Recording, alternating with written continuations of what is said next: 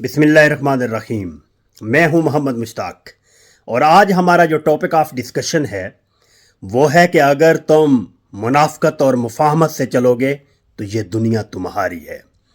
ये फ़िक्रा इंतहाई मुतनाज़ है। ये फ़िक्रा इस्लाम के क़वानीन के मुताबिक भी नहीं है, ये इस्लामी क़वानीन से मुतसादिम है और ना ही ये हमारे माशरे में किरदार अच्छा समझा जाता है।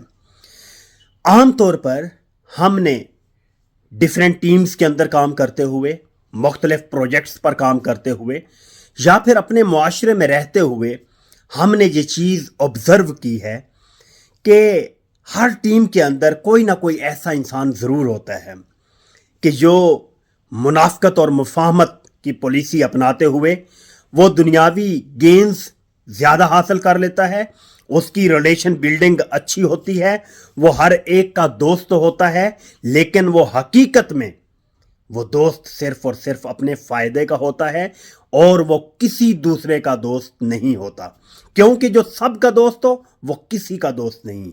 और जो मुखलिस लोग होते हैं ना, वो इनके मुकाबले में बहुत पीछे रह जाते हैं। उसकी मेन रीज़न ये है कि वो अपने काम से काम रखते हैं, ना तो उन्हें किसी की टीसी करने की ज़रूरत होती है। वो अगर अपनी सिफारिश या अपना करैक्टर बिल्डिंग या अपनी पावर जिसे समझते हैं ना, वो अपने काम को समझते हैं। और जो मुफाहमत और मुनाफ़क़त की पॉलिसी पर अमल करते हैं, वो काम करें या ना करें, वो अपनी इस पॉलिसी के ज़रिए से अपनी इस कमी को पूरा कर लेते हैं।